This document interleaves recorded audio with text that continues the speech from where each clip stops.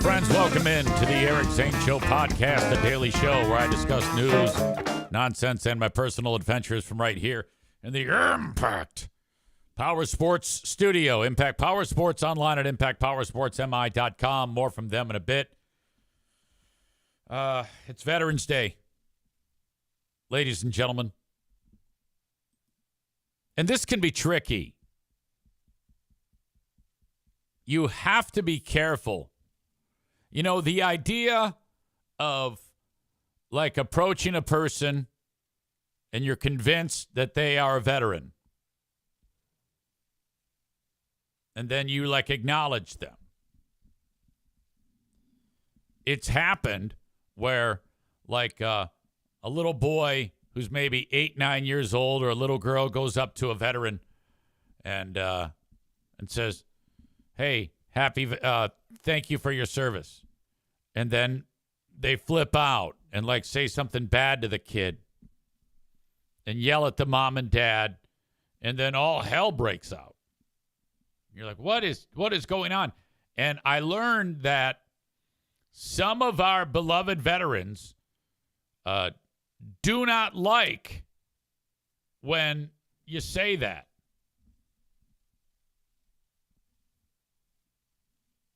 Now, if the guy is wearing like the hat and, it talks about, I'm a veteran hat. And then it says like his branch of the military and what conflict he was in, whatnot. I think that's a safe bet to say thank you for your service. I think that would be received nicely because they're sending you the message that they are comfortable with the give and take, with the thank you. If they're willing to elect, I mean, that'd be a real curveball. If guy is wearing, a hat that he was like in the military during a combat zone or whatever, or in a combat zone, however that is. I don't know. I was not in the military.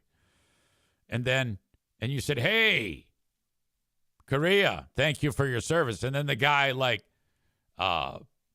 screamed at you. You'd be like, "Well, wait a minute here. You're wearing the hat. Am I supposed to ignore the hat?" It seemed to me that you would be receptive to me saying thank you for your service.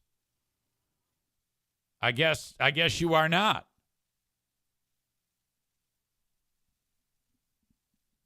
I think that would be tough. So I think that Veterans Day in particular, especially for non-veteran folks, it can be a real trap. Because you might have someone in your life or someone that you know, and you say, "Hey, happy Veterans Day. Thank you for your service." And they just, unfriend you on Facebook, say something horrible, kick you, and you're like, "Well, wait, what?" And it's because they're not comfortable with that. I did an extensive bit of research about this, and this is what I have learned. Many veterans do feel uncomfortable, or they are not comfortable with public recognition due to a variety of reasons, such as feeling they didn't do anything special. Okay. And so the phrase, "thank you for your service," can feel like a hollow platitude, and some may struggle with issues like PTSD or adjustment disorders, which can make them prefer to avoid attention. I just heard from somebody today on Q100 who her husband is a veteran. And she said that she was going to bring him breakfast at work, and he's like, "No."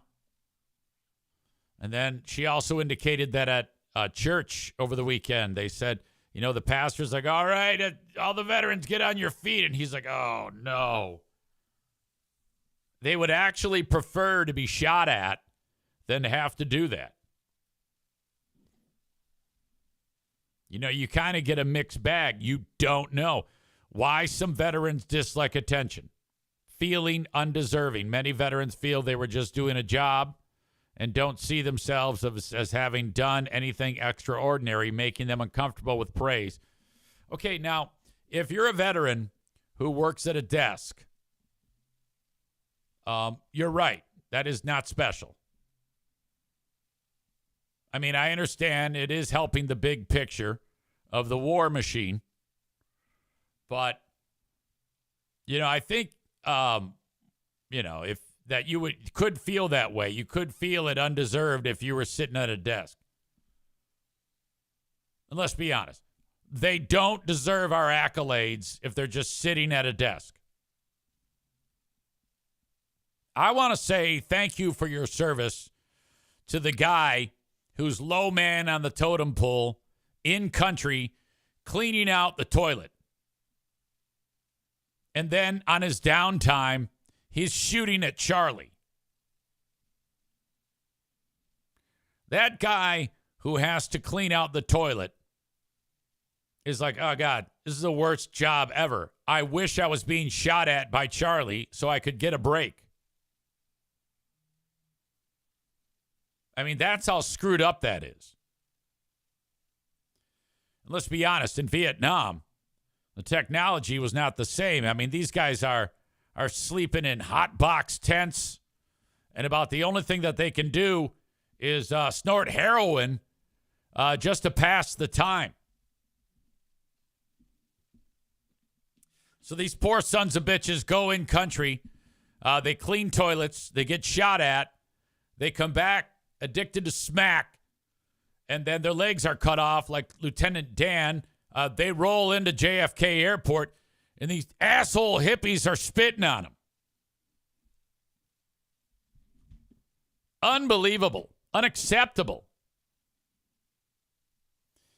Thank you for your service. The common phrase is sometimes seen as an empty or politically correct platitude, which can feel dismissive rather than genuine. Mental health challenges. Some veterans may experience conditions like post-traumatic stress disorder or other adjustment disorders that can cause anxiety, making them want to avoid situations that draw attention to themselves. Underlying issues. A general desire for privacy or a feeling of being out of place can also contribute to a veteran's unease with public attention. Now, if it were me, if I was in the military, and even if I had the desk job, and, you know, I had the opportunity to be like the Grand Rapids Griffins hero of the game. We do the hero of the game. And I would be like, yeah, oh, hell yeah. And then I would bring in a giant American flag and I'd wave it. And I'd say, yeah, everybody buy me a drink. Come get me. Somebody come buy me a hot dog. I am full on taking advantage of that. I've got stickers all over the back of my car. I constantly wear the high and tight haircut. I got the hat on that says I served. I was in country. I'm the shit. I do all that.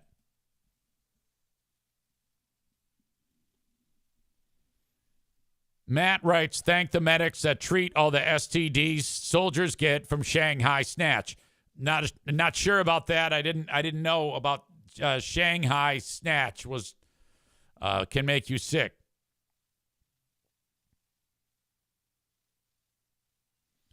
Bob says, how do you feel about the veteran Grandpa Gaming? He's a Vietnam vet sniper who now streams playing Call of Duty, picking off noobs. That's great.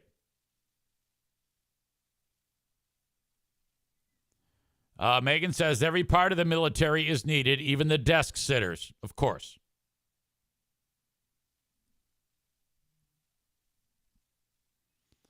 Let's see. Bob says, it depends on the delivery. Probably doesn't go over well, said in Free Beer's snarky listener voice.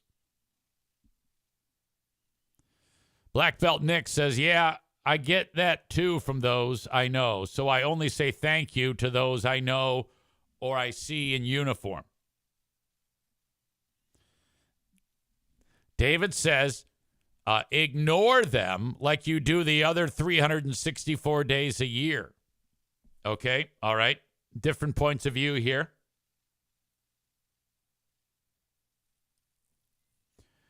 Ben says, remember the guy that was panhandling that said he was a veteran? And you had Joe go call him out. That was a fantastic moment. This guy was on the corner, and it was the news team, the local news channel was tipped off that he is not a veteran. And he had a sign that says, veteran, give me money. So he's making like 6 bills a day. And he actually was dumb enough to say on camera that he actually is not a veteran. So I went home and I got 2 giant Chewy dog food boxes and taped them together.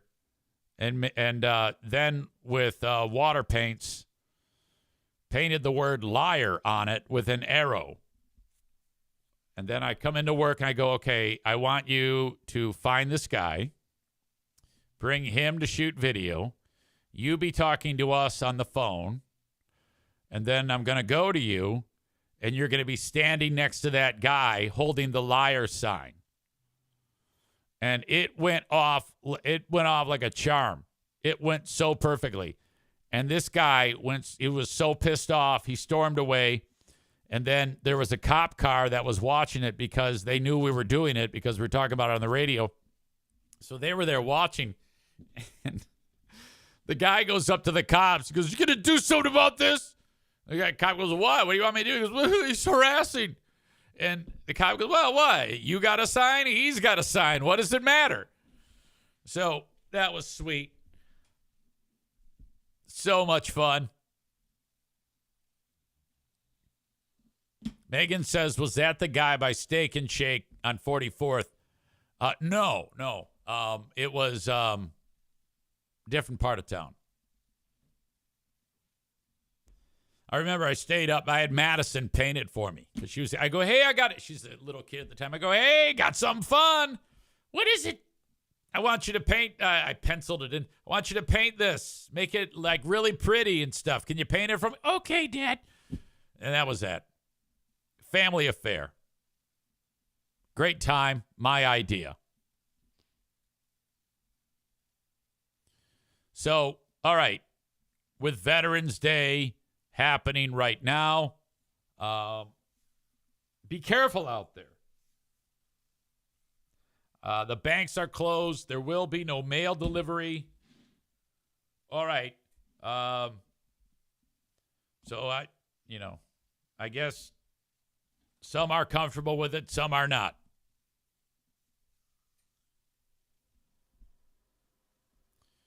I think it would be better to just, I'm not going to say anything unless if I encounter a guy with hat or a guy with too many stickers on the back of his car. And what does that say? I think we've talked about this many times. What does that say about guy with too many stickers or the hats and the shirts?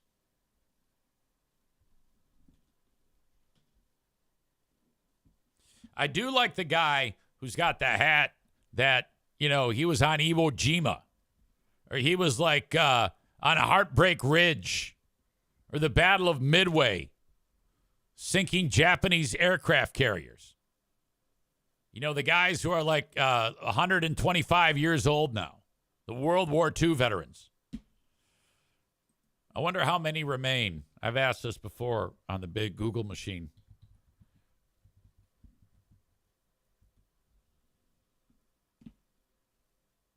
Wow, there's a lot as of late 2025. So now there is an estimated 45,000 to 66,000 World War II veterans still alive.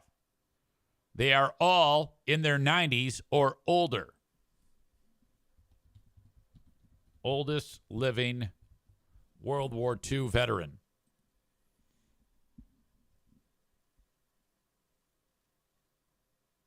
Eiley Shokin, 112 years old as of November 10th, 2025. That's a dude, by the way. ILIE. Okay, so if you're 112, let's do some easy math here. That means that Eiley was born in 1913. So you're looking at, Eiley was what year did the U.S. get involved in that war? 1942, something like that. So Eiley was probably right around 30. I've got another example of easy math for you that I keep meaning to talk about this, and I keep forgetting. Elon Musk recently had a contract approved by the board of directors of Tesla. They have to run everything by the board. And though it started out as his company, he's the main guy there, and he has to have his pay approved. December 7th, 1941 is the date that the U.S. got in the war. That was Pearl Harbor. That means that Eiley was 28 years old. The contract that Musk is now working under for the next 10 years is a $1 trillion contract. He is being compensated $1 trillion. That's fascinating. Now, I don't like to be the one to sit here and say and to complain about the wealth of people and the whatever. You know how typically people say, "Oh, that's ridiculous." Well, what would you do? If someone wants to give you $1 trillion, what are you going to do? You're going to take it. If you've earned $1 trillion contract, you take the $1 trillion.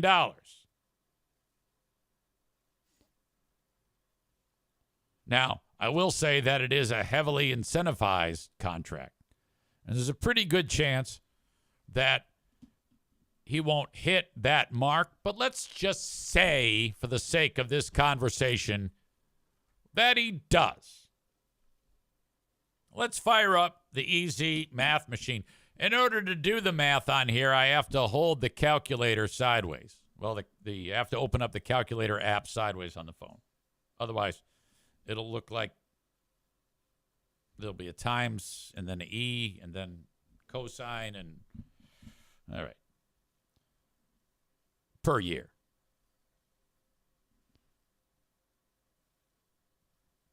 Hold on a second here. I'm screwing this up. Okay, that's $1 billion. Okay, this is actually what it looks like. This is $1 trillion. 12 zeros. Divided by 10. That means each year it's $100 billion. Most of you probably could have figured that out. $1 trillion is 999 billions plus another billion.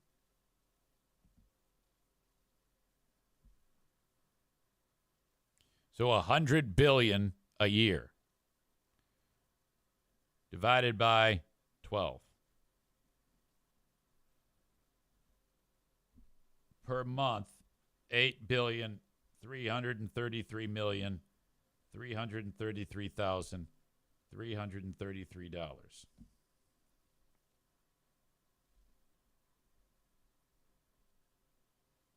Per day.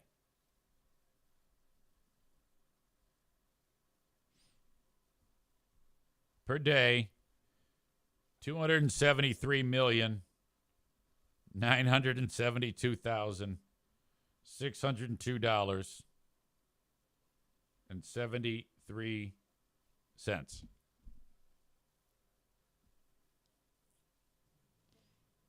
Divided by 24 hours.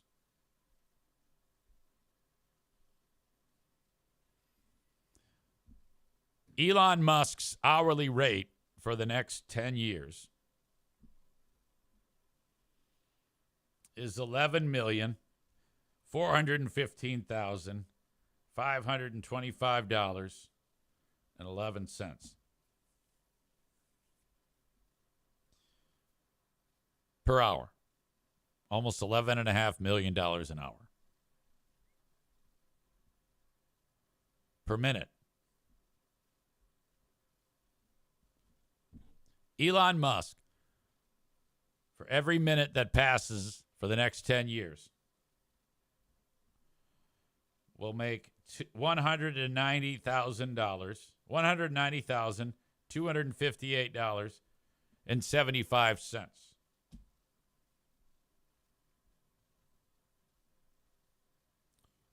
per second.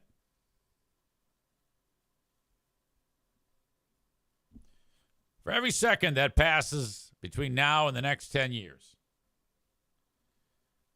Elon Musk is going to make $3,170.97 per second. Every second that passes until 10 years, $3,170.97. That is one of the most fantastic illustrations that I think I've ever witnessed in my entire life. I don't know which one of those figures is the most impressive. The 1 trillion for 10 years, the 100 billion per year,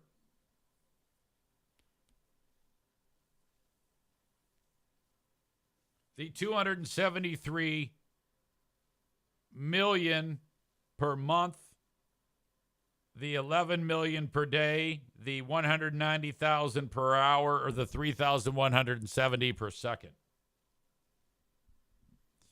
All right, let's just say, more easy math fun. You took $100 billion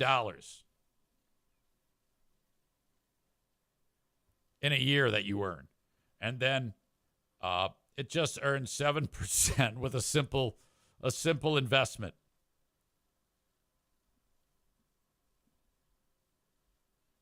Time. Oh, shit. I'm fucking it up. Man, damn it. So many zeros. Okay. Times 0.07.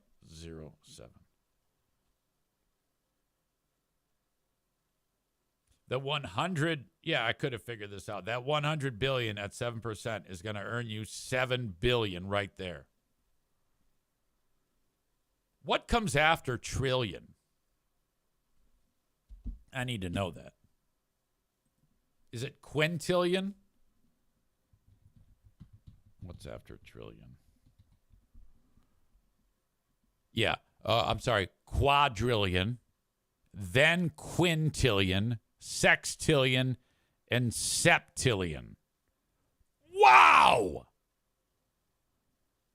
Oh, my God. Now we're getting to a level where, we're just one word away from words that just aren't used in language. Quadrillion. Yeah, I just signed a quadrillion dollar contract. That sounds made up. Calculate how many fraud buses per hour now. Well, I tell you what, for 1 minute of time, Elon Musk could have bought the fraud bus and had $8,000 left over.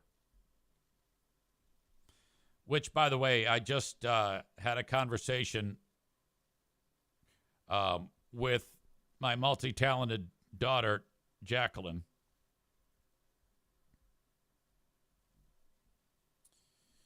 And she just started working with someone who used to work.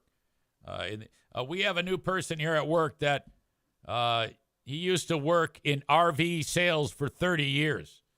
I showed him the fraud bus, and I talked about all the problems you've been having with yours. And he said that manufacturer who made your RV, Thor Motor Coach, has multiple lawsuits against them because of quality. LOL. And I wrote, horrible, which is, I've known this for a long time. He said you should sell it, and I said, you're trying. I wrote, yeah, tell him I've gotten 0 calls about it worth anything. Also tell him that I think the rest of the world is aware of the lemon that I bought, and that I might be stuck with it. And she said you should file a lawsuit. Correct. I should. But, again, they've made every reasonable attempt to repair it. So I don't know. I don't know how far that's going to go. And I don't want to sit through that shit. Megan says 0 calls because you haven't let me try to sell the damn thing for you. This is true. I haven't. I should. Call DC. But I've already committed to pulling it out of retirement. The fact that I used it once this year, put it on the market, nobody called. Season comes to an end. I run the pink shit through all the plumbing to winterize it. Re-added the what's that? There's that stuff you buy, and it makes a stable. I put the stable fuel stabilizer in there, and then there you go. That was fun. Yeah, boy, 200 miles here in the thing. It's fucking great. Fucking asshole.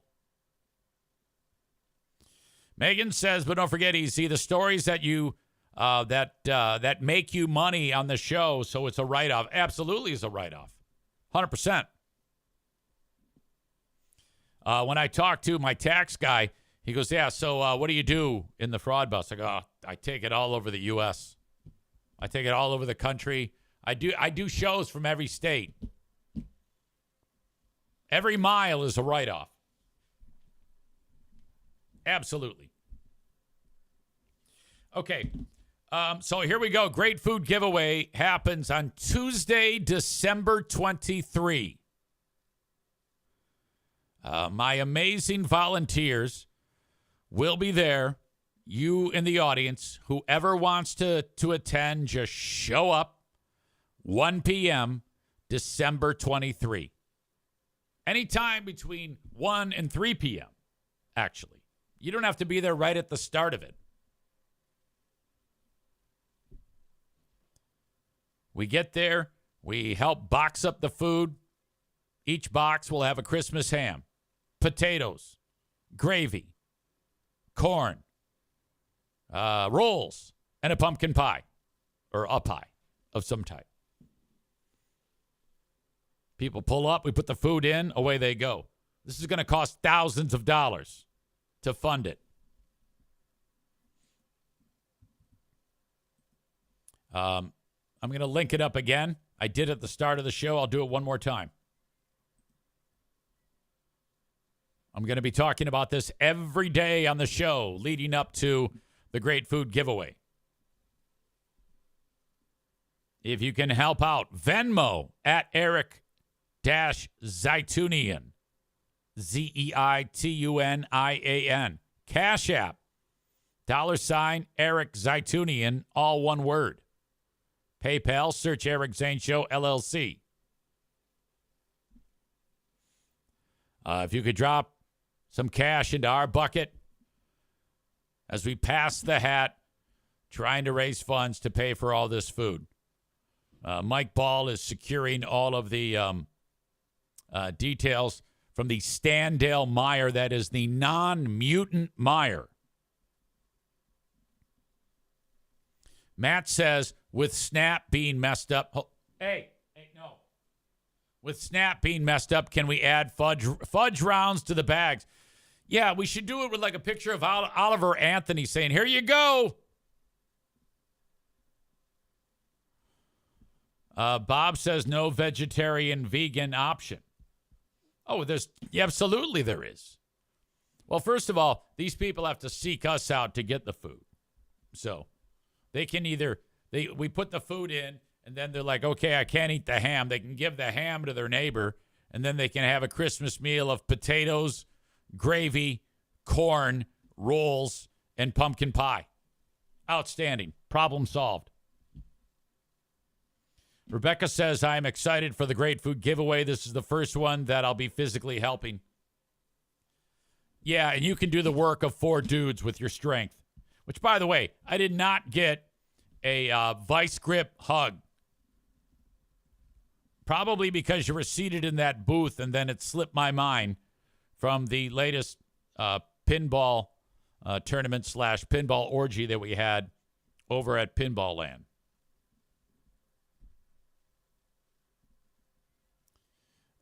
With the fraud bus being talked about, I said to Pooh Bear, I go, all right, we're taking it back out. She said, yep. I go, okay, where do you want to go? And she brought up Mesa Verde, which is a several hundred years old archaeological dwellings carved into the side of a mountain in Colorado. I think the Pueblo Indians made this, and they ended up deserting the city. It's literally a city carved into the side of a mountain. Now, how fantastic is that? Let's take a look at Mesa Verde.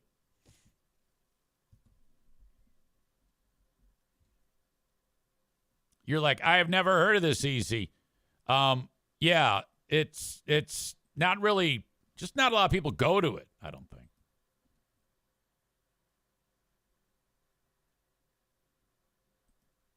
I'm looking for a decent picture. All right, there you go. See these folks? They're walking through the little pathways of Mesa Verde.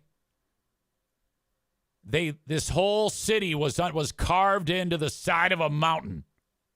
It looks almost miniature in these pictures, but these are the ruins of Mesa Verde, and you can go and explore. So we talked about this. Visiting Mesa Verde, the visit to the Cliff Palace, as it's known, and seeing the sights there. The thing that gets me, though, that keeps me from going to do this event is I'm just not cut out for the distance. There's a rule in RVing, and the only way I can, if I follow this rule, it would take me a month to do this. The rule is 300 miles a day, done driving. It's a 333. 300 miles a day, done driving before 3 p.m., and only drive every third day or 3 days off. And I'm like, well, that's going to, what? If I drive 300 miles and then I have to wait 3 days, I mean, I'm going to get to fucking Illinois. Or, the east side of Iowa. It would take me, all right, if I do that, and this is a 1,550-mile drive. If I did 300 miles a day every day, it would take 6 days.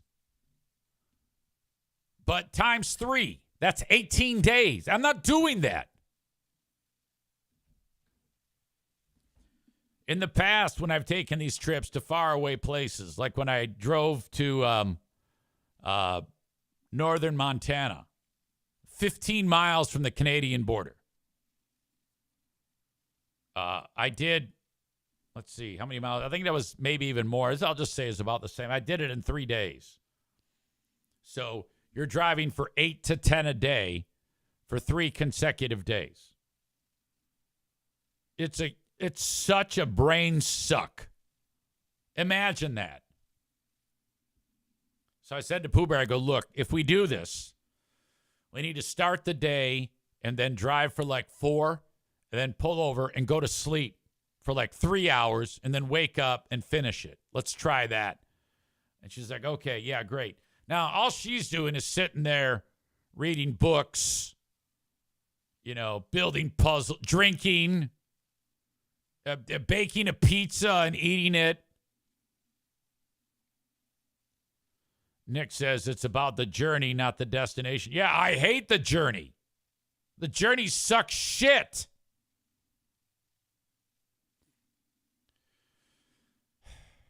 Good suggestion.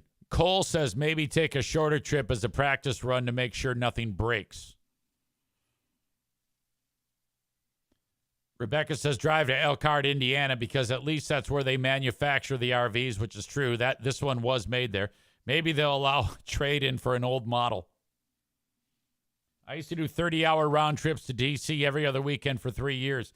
It drains you big time. It's so bad. And then the road plays tricks with your brain. So Pooh Bear's like, maybe we just go to Tennessee, half the distance. All right. I think it's like 750 miles or 800 miles or something like that. Drive 400 one day, Walmart parking lot, 400 the next day, you're done. But I've been to Tennessee 8 million times, but it's still awesome. That's the place we visited the most. So perhaps that will be. I go, what about like another place that's like the same distance away? And I'm looking at it, I'm like, oh, what? Like St. Louis? Great. I don't know. I love the parks, though. I just love the parks. All right.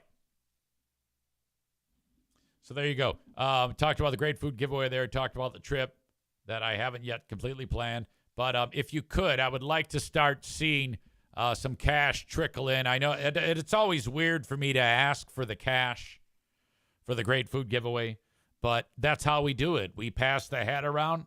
We collect all this money. We buy thousands of dollars of food. It's completely transparent. Everything is made available to you as to our purchases that we make for this. Thank you to Megan. She just sent some cash. I appreciate you so much. And then that kind of gets the ball rolling. Now, it's always tough to ask for cash for folks who might be strapped for cash. But I want you to know, I keep these silent. I mean, I might say, hey, thank you to so-and-so, but I'm not going to announce who gave what unless you tell me to. But if you could, just drop in $5 or $10 via the ways I talked about, and off you go. We also have a wish list for the feminine hygiene products. As of right now, I've shared it a few times. I just shared it twice today on the live stream, and I'll share it in the show notes. But if you're thinking about helping, you can also help out by buying any one of these products that are on the wish list. You just click on the link. It takes you right to it. You'll add to the cart. It's an Amazon wish list. You buy. It is mailed. You don't have to do anything. After you buy, it is mailed off to Irvine's Auto Repair, Grand Rapids Hybrid and EV. We're looking for 150 of each of the first three items, 200 of the fourth, and 50 of the fifth. That's over $4,000. I don't think we sold out last year, but we did get a whole lot of these. So the package is then delivered to Irvine's December 23. We all meet. We give away the food. We give away the pet food with Grand Rapids Pit Bull Alliance. We give away the feminine hygiene products, and away we go. Call it a day, and then we relax. Thank you to someone, that would be Nick W. Sent along cash via PayPal. You're very kind. Appreciate that so much. You and the multi-talented Marty and your handsome devil son, Sean. Thank you to you. When, by the way, Nick, is your big next degree of black belt test, so that, I think you might have told me, but I already forgot, so that I can observe you getting tested? I would like to see that. May. Matt says, I am going to send muff missiles again and maybe some morning after pills. We have enough pores. I'm not sure what muff missiles are. And I don't think we're collecting morning after pills.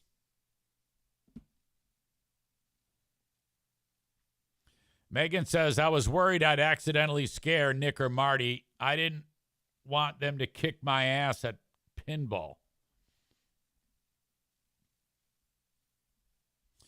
All right.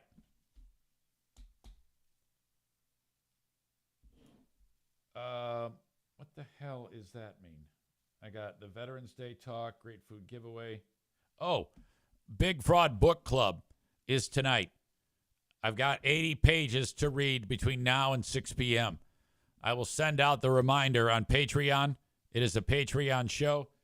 We are reading the book Walk in the Shadows. God, I can never remember it. By Brent Weeks. Walk in the Shadows. I think that's it. Can you tell me? Walk in the Shadows. Brent Weeks. I don't think that's it. The Way of Shadows. Son of a bitch. Why do I keep doing that? As we follow the progress of this character, Kyler, as he makes his way through the politics of the Warrens and the conspiracies that are taking place. Very, very interesting, exciting read. Well, I shouldn't say it's exciting. In fact, it's actually quite dull at times. In my own opinion, I wish that this book, there's moments when I like it when it gets to be a page turner, but in my own opinion, it's too few and far in between. Nearly working on my way to being halfway done with this book by today, and I'm like, okay, that's a lot of book to cover, and I don't really like, oh, cool, I get to read more. All right?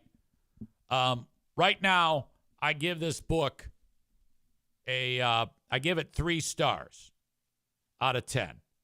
And this is because of that. I'm like, edit some of this shit. You don't need to tell me all this stuff.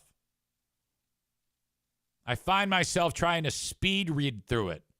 And then when it does get good, I'm like, all right, more of this. More of this.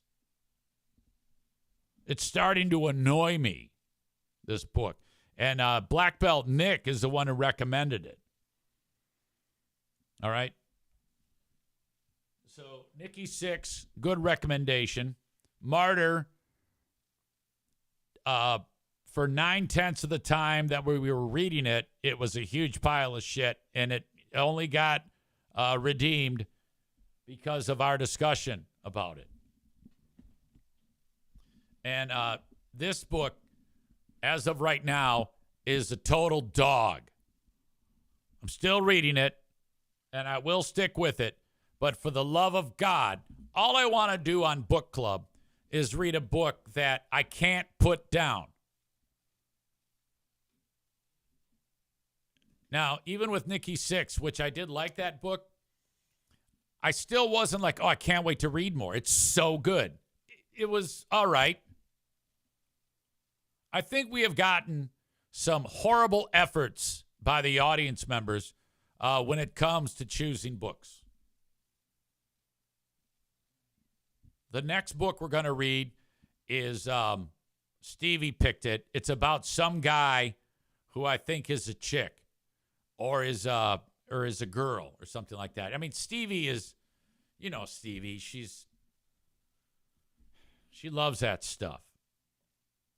She loves like reading about people. All boys aren't blue. So I don't even know what this book is about. Alan says, rest in peace, Big Fraud Book Club. I can't agree with that. All boys aren't blue wiki. It's a young adult book. It's going to be a disaster. It's a young adult nonfiction memoir manifesto by journalist and activist George M. Johnson. Great. An activist.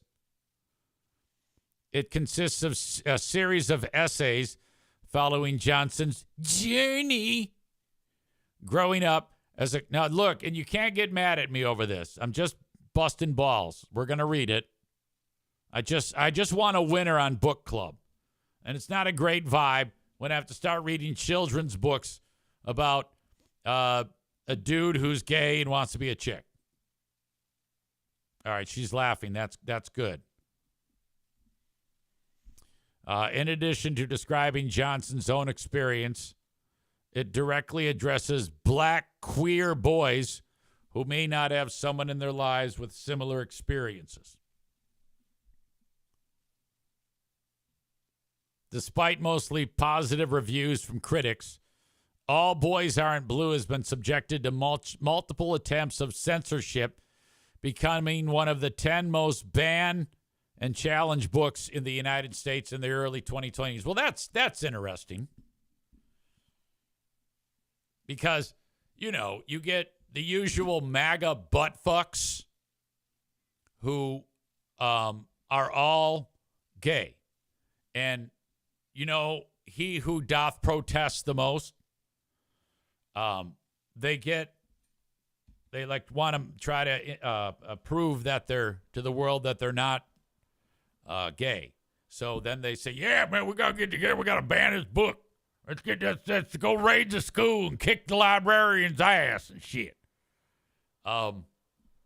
So I like that. That's why I want to read that book.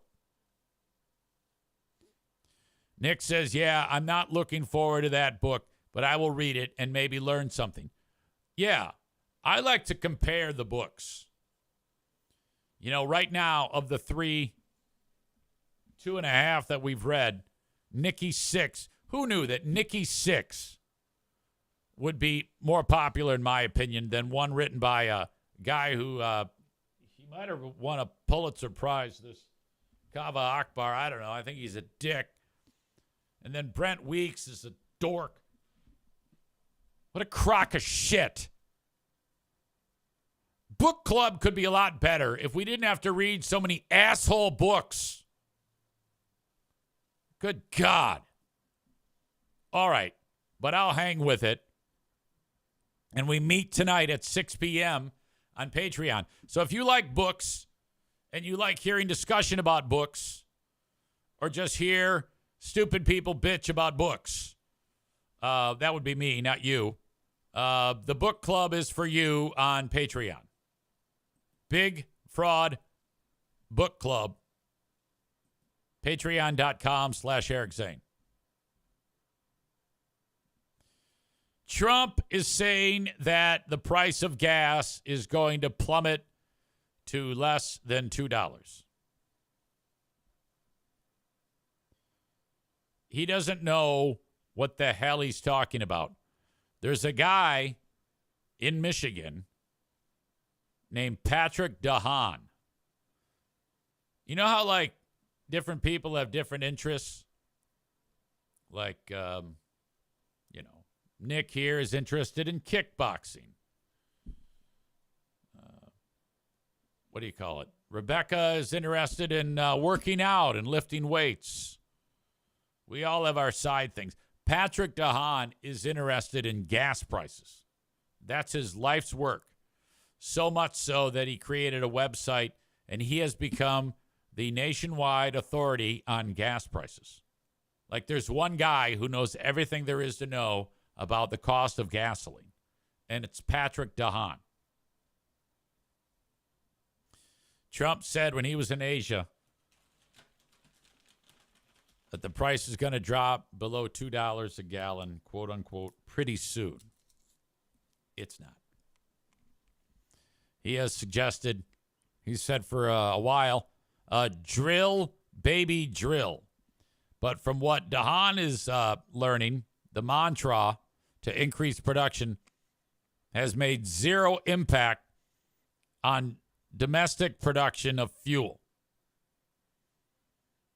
Oil and fuel production Oil drilling and production has remained relatively stagnant over the last 10 months, with it going up about 50,000 to 100,000 barrels a day. So policy is not law. Trump's desire for oil companies does not compel them to produce more crude. Yeah, what most Americans don't realize is that the people that are drilling are business entities. They don't take orders from the president about how much crude that they can pull out of the ground.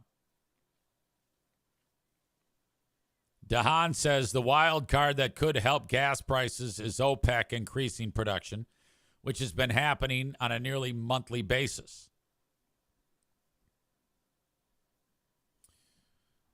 Right around where we live right now, gas is as low as $3.06 a gallon and as high as $3.22 a gallon. The nationwide average is $3.07 a gallon. DeHaan says $2 nationally is next to an impossibility. He says, keep in mind that only happened during Trump's first term at the height of the pandemic when the demand was so low. And then that disappeared by the time his first term was complete. So that's not happening. It's dumb to even engage in that conversation. Price of gas is not going down. We're stuck with it.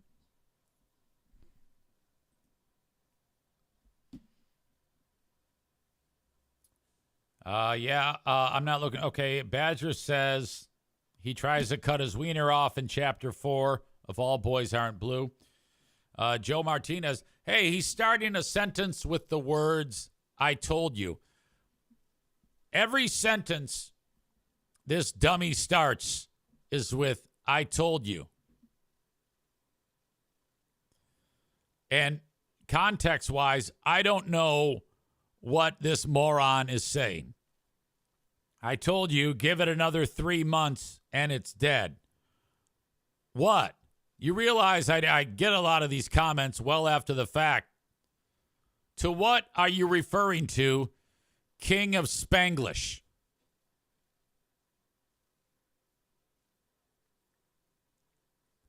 Bob says the problem with an average is the price in California is like $6 a gallon.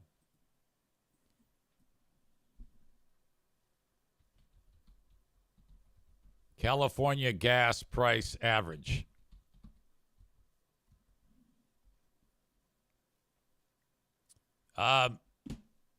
It is $4.70. So way off, but still high. All right. I'd love it if it dropped that low, but I don't think it will. Thank you to the sponsors that make this show possible, including Impact Power Sports.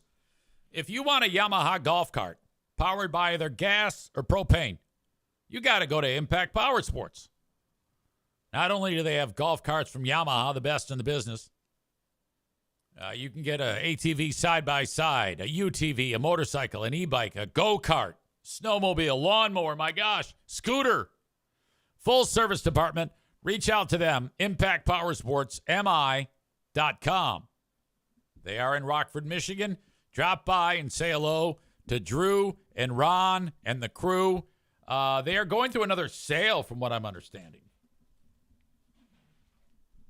That place keeps getting sold. Anyway, they sponsor the studio. Thank you to them. Buy now, refinance later with the Mario Flores Lakeshore team of Van Dyke Mortgage, 231-332-6505. That's right. From anywhere in the U.S., you can get a mortgage. 231-332-6505. Get a mortgage now. As time passes, that rate will drop, and then you can refinance it and possibly go from a 30-year to a 15-year and save a ton of money and not really pay that much more in your monthly payment. Thank you to my friends over at the Mario Flores Lakeshore team of Van Dyke Mortgage. Reach out to them if you're interested in getting after a mortgage. All right. The Affordable Care Act. You know what? Let me get to this story before I talk about Frank Fuss. The Senate passed a bill to reopen the government. And it now goes to the House. They're trying to end the 41-day government shutdown. And why this is the problem is because for a lot of people, a lot of senators and political leaders and citizens, is that I don't think this funds the Affordable Care Act. And that's the one thing that Democrat Chuck Schumer said, this is what we're fighting for. And this is causing a stir. The Senate voted 60-40 to pass a bill to fund military construction, Veterans Affairs, the Department of Agriculture, and the legislative branch of the government through September 30, 2026. And the rest of the government through January 30. So, all right, I think that could mean that the rest of the government is funded through January 30, including the Affordable Care Act. They don't really make it clear here. 8 members of the Democratic caucus voted for the deal, and they broke with Chuck Schumer. And that's causing a huge rift within the Democratic Party.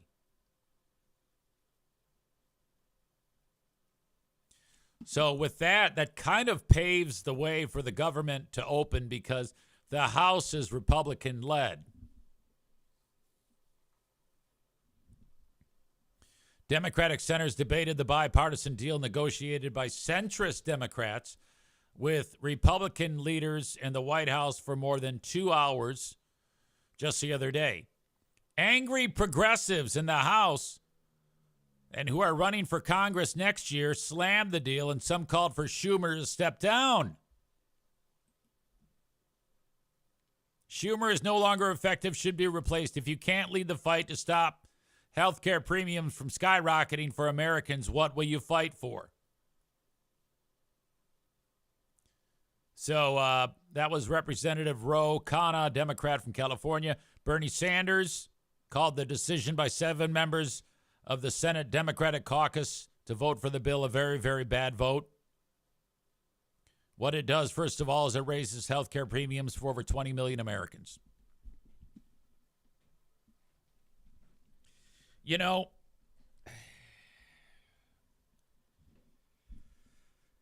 I don't think there's a way to make this spectacular for everybody. I really don't. This is called a compromise, is what this is. So 20 million Americans would feel the pinch. Senator Jeanne Shaheen from New Hampshire, a Democrat who took the lead in negotiating the appropriations bills and continuing resolution in the package, along with Senator Patty Murray, a Democrat from Washington, and Representative Rosa DeLauro, a Democrat from Connecticut. They defended Schumer from the attacks. All those people who oppose this agreement staying in a shutdown mode was not getting us anywhere. They need to train their fire on people who are responsible. That's Trump, she says. But Sheehan's daughter, who's a Democratic candidate for Congress in New Hampshire, said she can't support the deal because it did not extend health insurance premium subsidies. So I guess it is not funded. Senate passage of the bill sets the stage for the House to return to Washington tomorrow to vote on the measure. My guess is this will pass the House. They'll vote as early as 4 p.m. Wednesday. Trump said he'd sign it.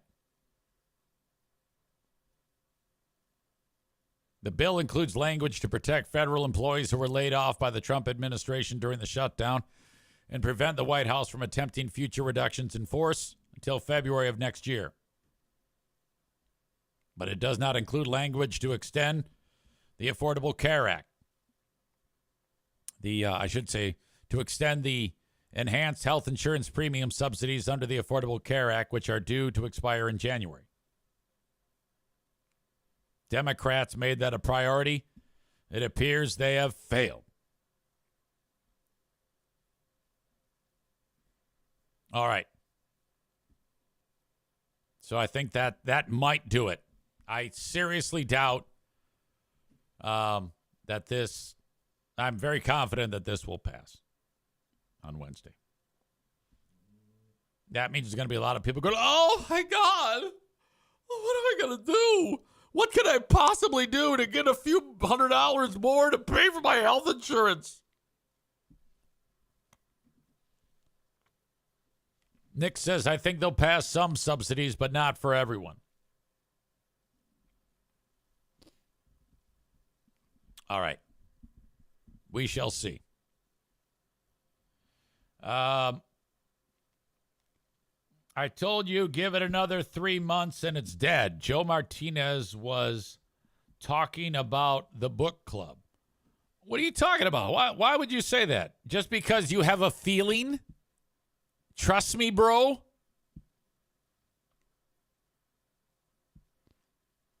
You don't know what the fuck you're talking about. Shut up and install some furnaces. That's all you're good for. Stupid ass. All right. By the way, when do you get your prostate ripped out? I hope they make you eat it, you dumb dick. Hey, here's your prostate. Now eat it, bastard. I got to talk about, we were talking about Veterans Day earlier. The guy who killed Osama bin Laden, that would be this guy right here. His name is Robert O'Neill.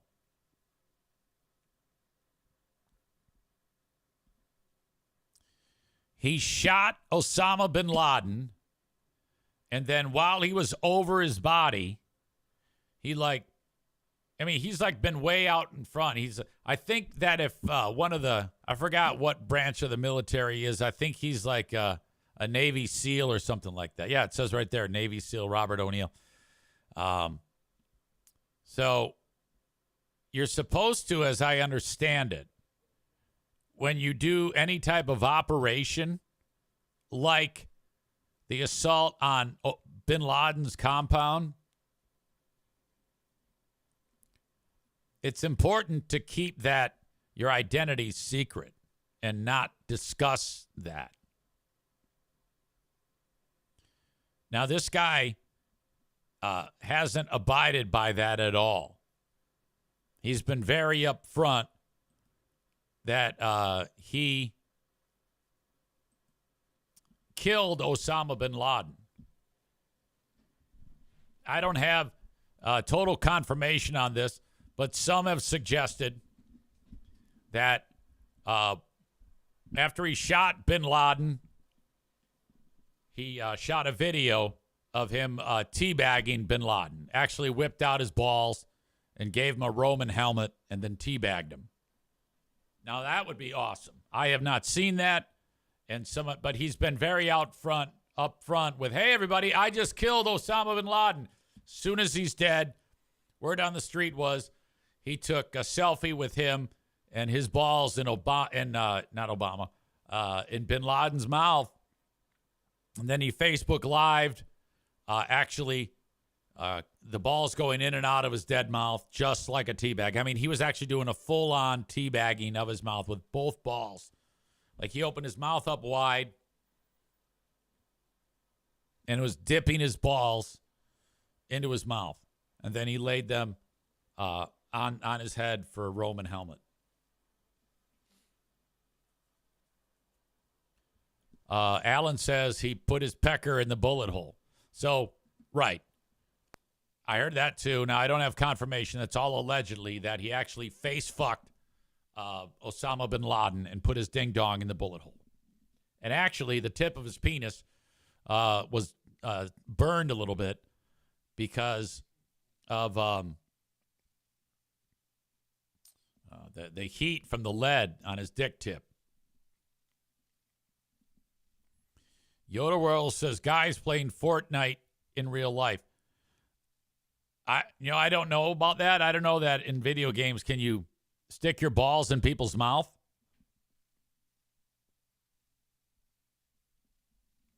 Bob says that this guy was also part of the Captain Phillips incident, too. This Rob O'Neill. So I know that if you were to get like 100 Navy SEALs in a room, and one of them is Rob O'Neill, 99 would say, I don't want my identity known. Rob O'Neill would say, I do want my identity known. I did this. Now, a lot of people judge Rob O'Neill because of this. But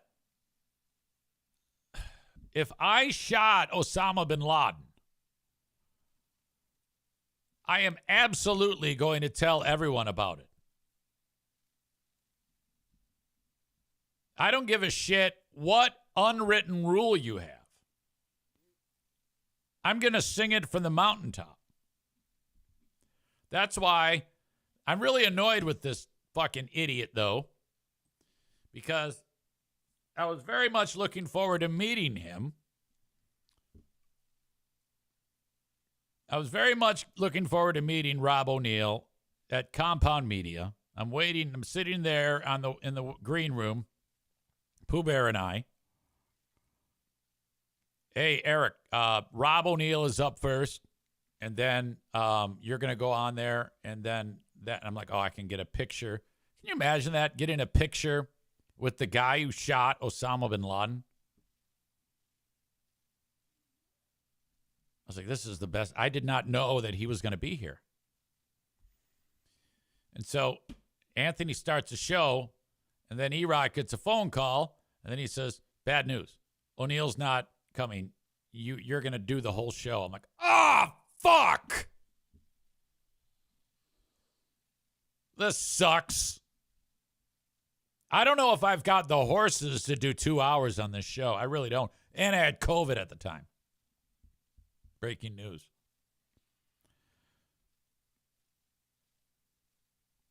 TM Foster 2 says, hello from New York to Zane and everyone. I think I just saw you followed me the other day. I appreciate you. Send me your info via email. Eric@ericzaneshow.com. Who are you? How'd you find out about me? Yeah, basically. I always like to know who people are. Not everybody responds to that, though. Eric@ericzaneshow.com. Shoreliner striping inbox. Well, anyway, why am I talking about Rob O'Neill?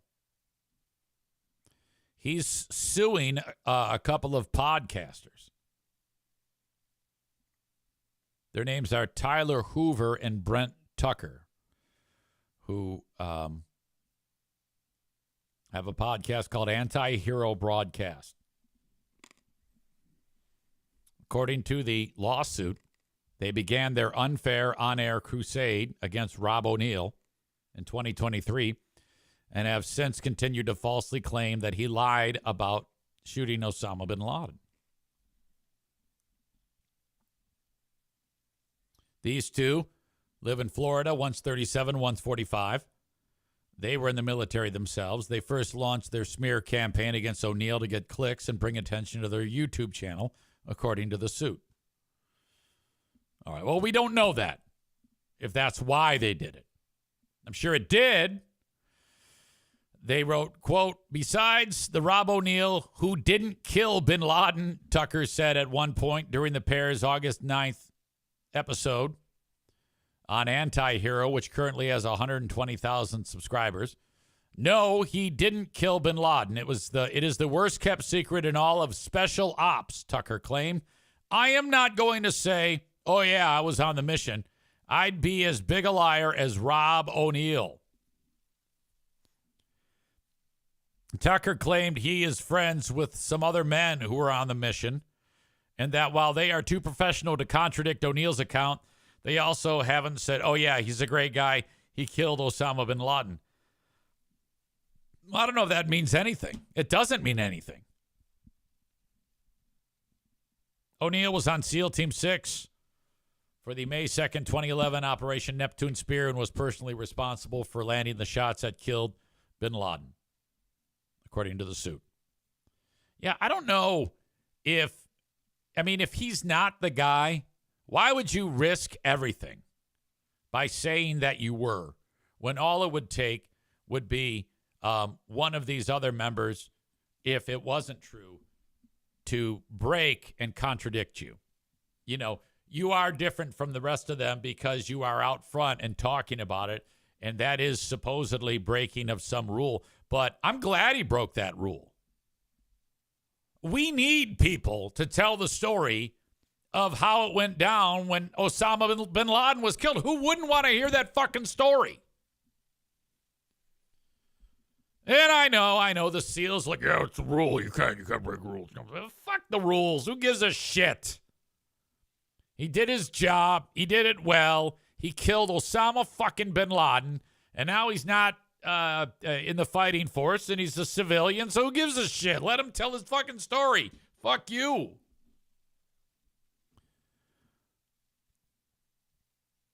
He went one direction at the top of the stair to confront what he thought was a suicide bomber. I turned the other way, and Osama bin Laden was standing there, so I shot him 3 times. I guess he had a partner with him. What Tucker and Hoover are saying is not true at all, said Rob O'Neill.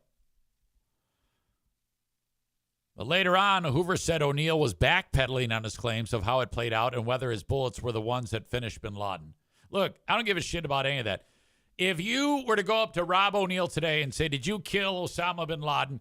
He'd say yes. I'd be like, good enough for me. Thanks. So O'Neill is suing these guys for quite a bit of money. It may have already said, and I didn't read it. Yes, he is suing them for $25 million. Boy. I think that might be shoot high and then settle lower.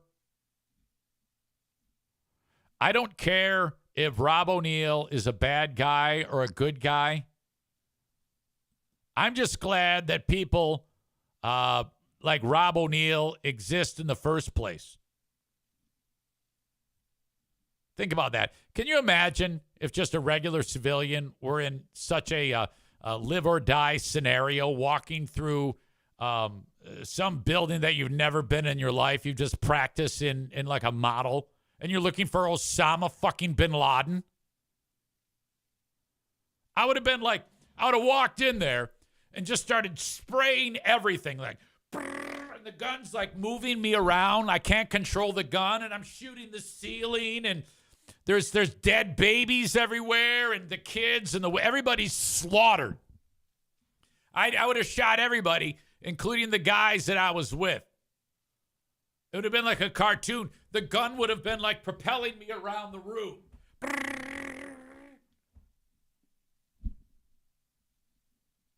I am not made of anything that could possibly even think about doing something like this.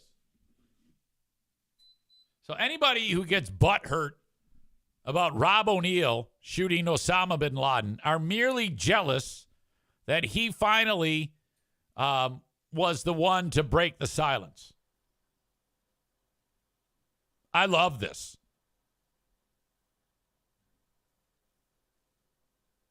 He retired from the military in 2012 after 16 years of service. He's built his career now on public speaking and recently started a business teaching people how to be successful leaders. Yeah, you can't be doing public speaking tours and doing that line of work, and then you've got these bozos saying you're a liar. He's also launched a business selling his own brand of pot. All right. Okay, now a lot of people do that these days. Nowadays, the school principals, teachers, they have their own line of pot. Priests, daycares, children themselves have their own lines of pot. You know where you see a lot of cannabis stores is when you get in the hard living line areas, Now there are as many dollar store or cannabis shops as there are dollar stores.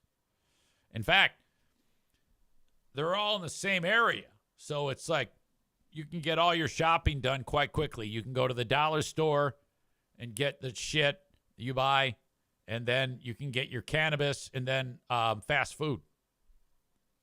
All there. It's really perfect. It's set up beautifully.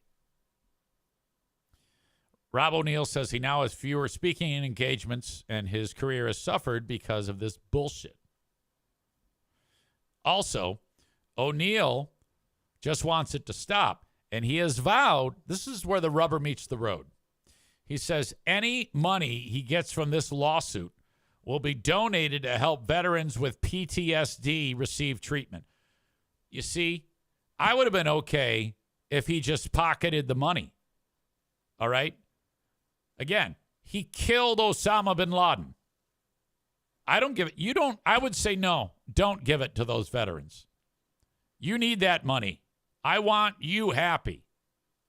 I want to live in a world where the guy who killed Osama bin Laden is living in a penthouse apartment and driving a Mercedes-Benz.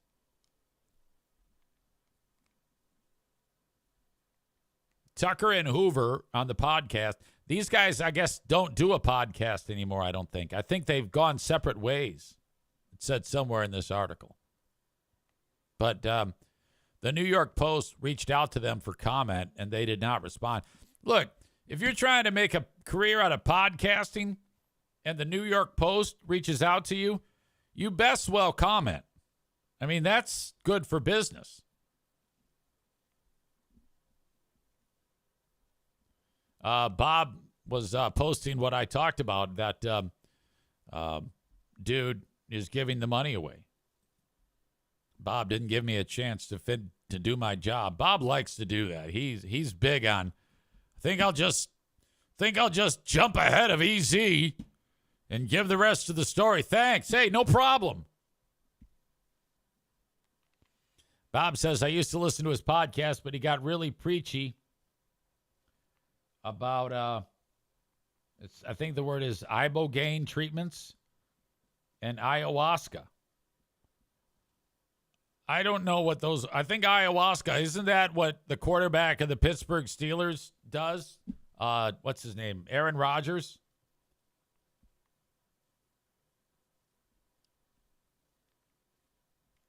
Yeah, I don't want to hear any preaching.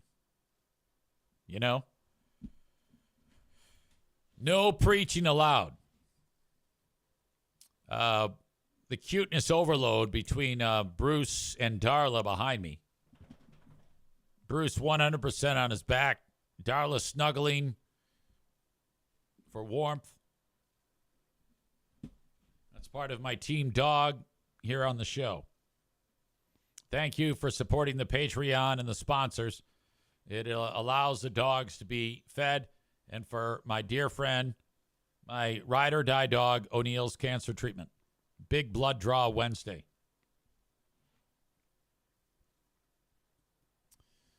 All right. I just found that very interesting. When did that start? That you can just say, yeah, Rob O'Neill, he did. How the fuck do you know?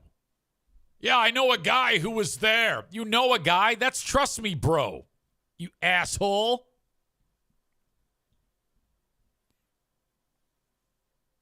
My God.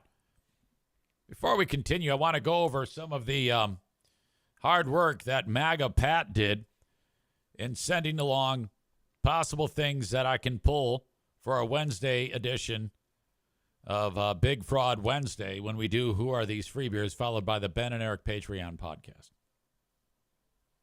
By the way, Ben Glaze says that something potentially horrific happened to him that he wanted to share. I think it happened at the pinball orgy, the pinball playoff, pinball tournament.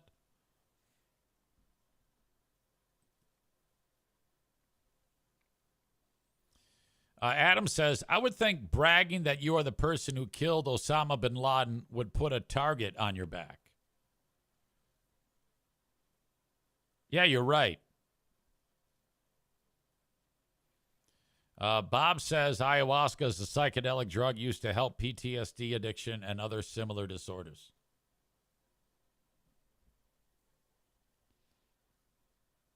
Runner girl Amy says Ben had something scandalous to reveal, apparently.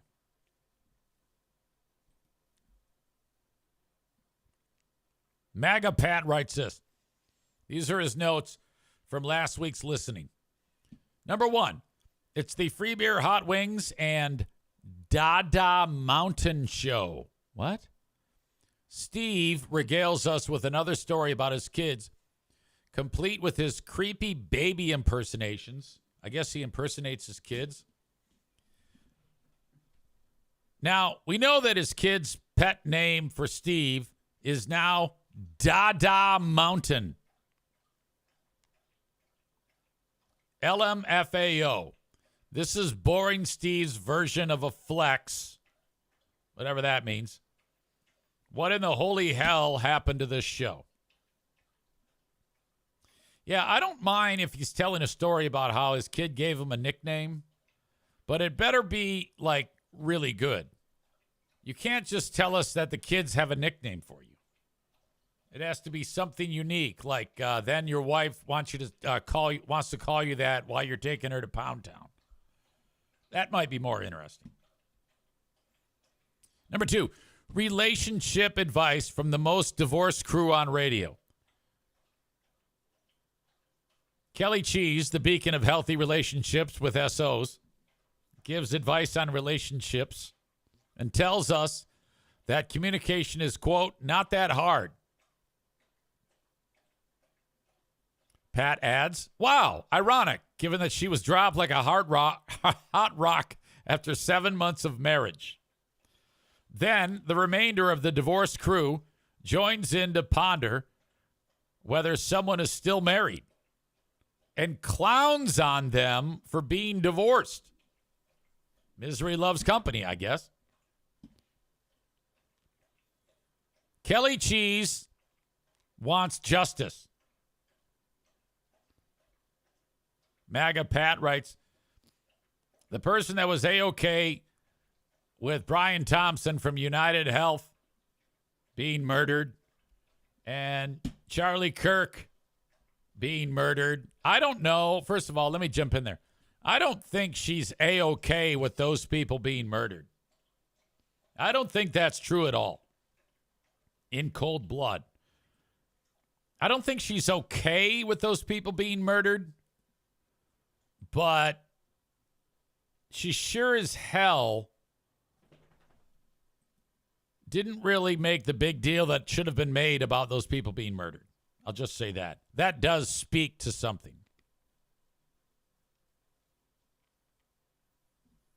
But she does worry about the atrocities in Gaza. We all know she can't point to Gaza on a map. I seriously love when Kelly Cheese goes out on a limb to talk about things that aren't really in her wheelhouse. You know, things other than cannabis. Because it really comes off as not that well informed. She's done that recently with the insurance industry. She did that recently with her take on reopening the government. Patrick finally writes, more self-promotion with multiple fake free beer sniffles and Steve, quote, driving and crying. And Free Beer actually says that crying like a bitch is the reason for the season. God. All right. We need to go back and count how many sniffs Free Beer had during last year's holiday break-in. I was given the task. We all bet how many sniffles there would be in the holiday break-in. And I went and listened to every single second of that show and was able to get the Free Beer's Sniffle Supercut. And I'm going to play it for you right now. All of the betting, all of you were too low on it. This was a 50-second supercut of all of the sniffs, the fake sniffles. Now, I can't say for sure that these are fake sniffles when he's doing it here, but when I was there, it never seemed real. I never bought for a second that he was actually starting to cry. Let's go over last year's supercut of holiday break-in sniffles. I'm going to be counting while they play. Fancy idiots. Yes. It's after What a Wonderful Mom. You know, that's Maria. Pull up now. Undergone surgeries attacking her and where they live. Not, and that's ultimately, yeah. The closest. I tried. I couldn't do it. It was too fast. The closest. Kelly's next on the break-ins. No over their heads to a house fire. Long term.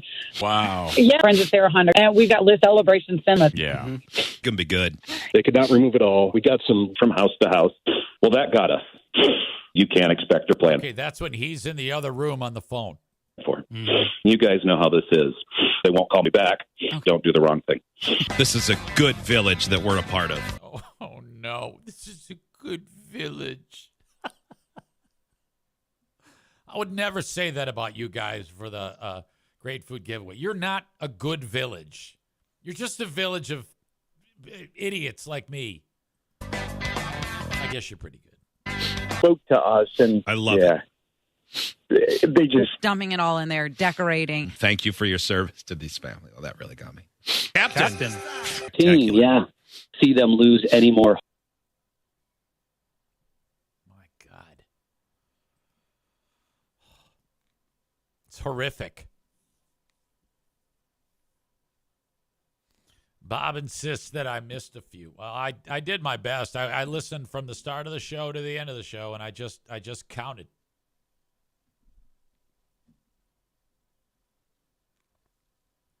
Anyway, you heard that. We'll be getting your bets closest with not going over of Free Beer's sniffle count from the world famous holiday break-in. One of the local communities near here, you have the fire chief from Comstock Township, Michigan. It's just down the road. And then, so he's there. He's doing a great job. And then the assistant fire chief, he got shit-faced and got behind the wheel and hit an 11-year-old child with his vehicle. I know very little about this, but the sentencing just occurred. So, all right, let me ask you this. If your 11-year-old child is riding her bike or walking or whatever the fuck, and the drunk assistant fire chief plows into her with her car,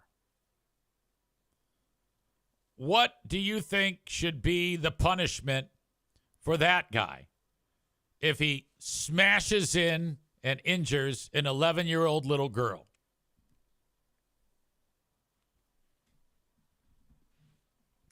I would say jail time is unavoidable, right?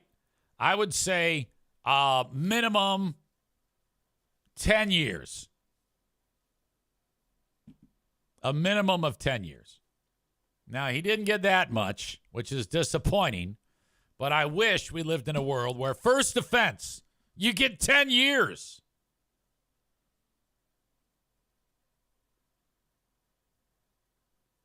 Jeremy K says, it sounds about right for Comstock. That's where I went to high school. Let's get into this and find out what the sentencing was for the assistant fire chief in this instance. Former Comstock Township Assistant Fire Chief Michael Dyer will spend 18 months on probation. First of all, what's going on with this jig voice?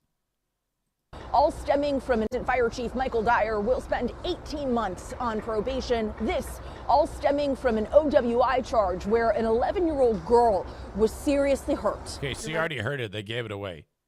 He got no jail time. He got 18 months of probation. Dyer, sir. Yes. That's Michael Dyer, former Comstock Township assistant fire chief, facing sentencing. I cannot handle this voice. Something's wrong with this woman. Dyer admitted on body camera video to hitting 11-year-old Lachey Parker after drinking. All the kids in the road, and I hit somebody. Okay. I've been drinking. In court Oh, no. Monday, I learned that Dyer says he has a problem with alcohol and has attended 50 AA meetings since the incident. Okay, now that's what you do.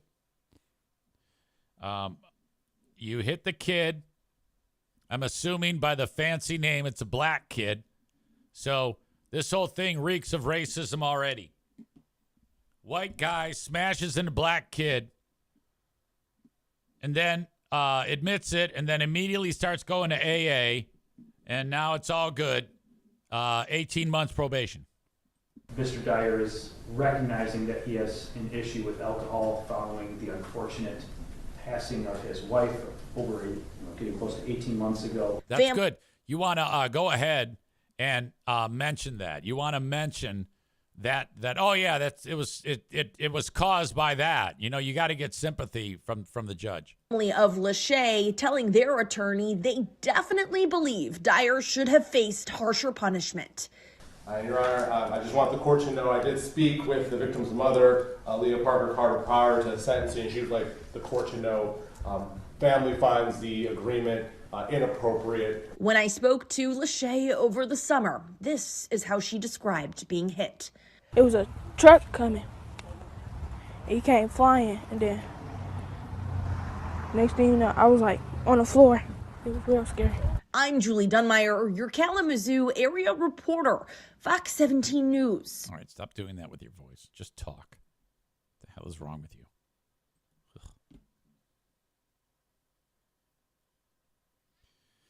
Amy says, I'm not shocked. He's white. He's part of law enforcement.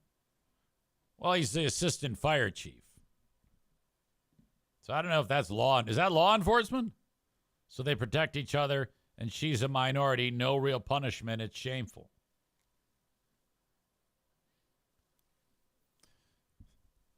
Alan suggests that the reporter talks like she has, quote, a horse cock in her ass.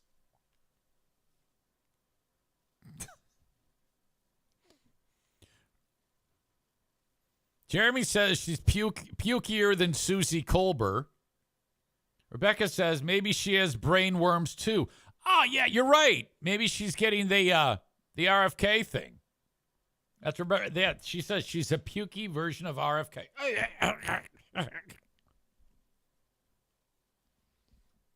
Tyler adds, sounds like someone has their hands around her neck while she's reporting.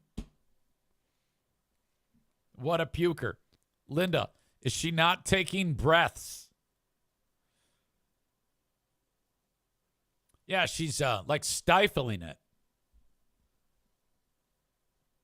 Very odd. I think the best comment, though, is she talks like she has a horse cock in her ass.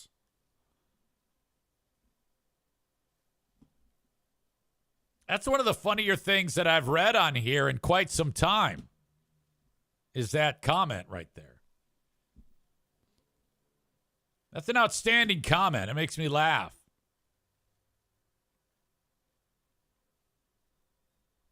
By the way, Tyler being here. I saw Tyler at the big pinball event.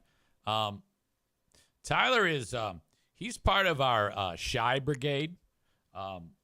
So, you know, he knows that we're down the street enjoying the hot dogs and everybody's getting to know each other. And this ding-dong is sitting there playing pinball, like warming up for like an hour. Let me just tell you something, Tyler. The shyest guy in the world is one of the shyest people in the world is supposedly Black Belt Nick. And he got over his bitch shyness because of this show. He doesn't seem shy at all now. He just kicks the door and is like, hey, I'm here. Here you go. So you got to join us next time, you dumb dick, and bring your lovely better half. I had a moment with Tyler, too. We're like, hey, how's the wife and kids? And he told me that the baby is no longer a baby. The kid is 3. I'm like, 3? What? I was like, months? Nick, Black Belt Nick says, yeah, you guys helped a lot. Tyler says, perhaps I'll grace you all with my presence next time. You know, you're such an unknown entity that even Megan said, is that the guy, Tyler, that has all the funny jokes? I go, that's him. He's in the wild. And then Megan, you know, I mean, she's like the polar opposite of the shy. Megan was just going up to random strangers and becoming best friends for life with all of them. Murder Lover Linda says, I asked if that was the Tyler. Was that you that I talked with? I thought it was Megan. Oh. Yeah, it was you, wasn't it? Chris says, I'm coming to one of these fucking events with Mrs. Crispy. Yeah, make a weekend out of it. We'll give you a whole list of shit to do. You'll have so much fun. We'll plan it around you. It'll be old school, former Zaniac style. Minus the group butt sex. Yeah, I'm not into those former Zaniac parties. I don't think anybody in the audience is interested in 3 dicks in 1 butthole. I mean, that you got to be a real scumbag to make that your thing. Holy shit.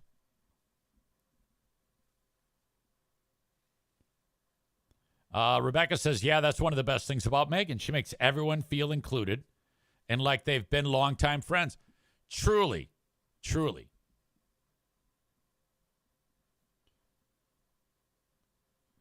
Murder Lover Linda says, I have a whole upstairs that you and Kristen could have, Chris. Yeah, but you live like 4 hours away.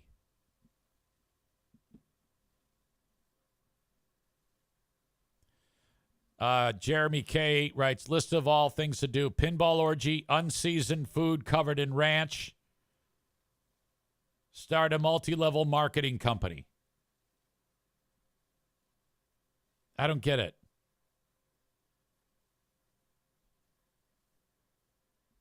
I don't get the unseasoned food covered in ranch. What are you talking about? All right, whatever. I don't know what's going on. Well, anyway, that idiot, that assistant fire chief, what an asshole. 18 months on that deal. Okay. Thank you, as always, to the remainder of my sponsors for making this show possible. I was talking earlier about the Affordable Care Act, and I was starting to talk about my pal Frank Fuss, but when it comes to health care, Frank can help you with all the questions you have about the Affordable Care Act or Medicare.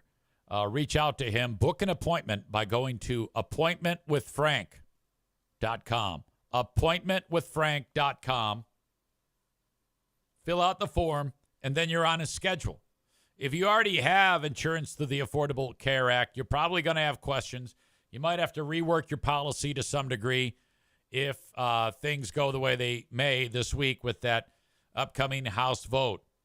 But you will need Frank. Appointmentwithfrank.com. Healthcare costs going up through your employer. If your healthcare costs are at or more than 9.75%, you need Frank Fuss. Go to appointmentwithfrank.com. His services are free. When it comes to getting rid of unwanted trees in West Michigan, you call Kuiper Tree Care, 616-828-8225. That is 616-828-8225, K-U-I-P-E-R, KuiperTreeCare.com. Unwanted trees, stump grinding, tree trimming, storm cleanup, all of that. Tree risk assessment, they're the best. Kuiper Tree Care. We mentioned Pinball Land earlier. Walk in off the street and have a blast. Have a great time at Pinball Land. pinball-land.com. Have some fun with you and your crew. I'm always confused. I don't know what's going on and why this is, but there's a sign out front that says $9 for an hour, $15 for 2 hours. And then when you go in there and you buy an hour, he goes, all right, that'll be $10. I'm like, well, what is it? You're confusing me, ding dong. Anyway, I'd pay it if it was $20 an hour for an hour because it's that much fun. Pinball Land, pinball-land.com. The best pinball games you can find anywhere. The best retro arcade games you can find anywhere. All at Pinball Land. Go there with your friends. Go there with the kids. Pinball-land.com. I'm planning on bringing lots of friends to the next one. So just keep that in mind. And I'll call you out. And we'll head on over there to Pinball Land. Okay. I have exhausted the things that I want to talk about today. I have nothing more to talk about, ladies and gentlemen. So let's go ahead and award the asshole of the day. Do any of you have nominations for the asshole of the day? Bob says, asshole of the day, veterans. You know, I just can't, because too many people who want to see me undone, they take those moments and then they try to cancel me. So I can't go down that road.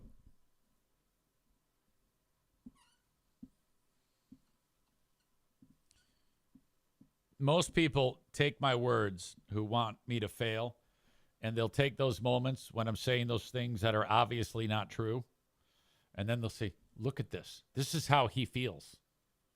This is what he does. He hates our veterans. I'm like, you fucking idiot.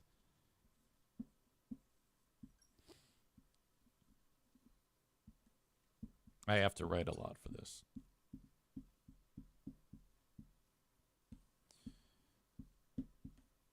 The asshole of the day is the Comstock Township Assistant Fire Chief. And, you should throw in the prosecutor for accepting that bullshit plea. No plea.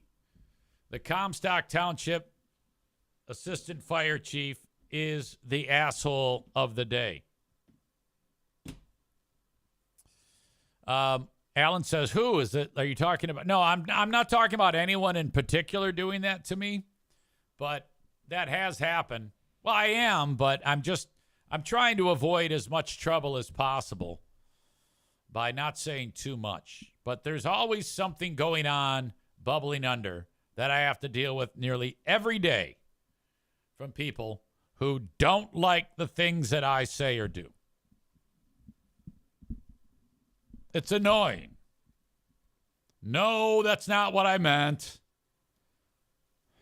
Anyway, thank you so much for your time and being part of the show today. Patreon Big Day today, where we have the Patreon bonus podcast. Not to mention Big Fraud Book Club, Way of Shadows by Brent Weeks. Have a great rest of your day otherwise. And bye-bye.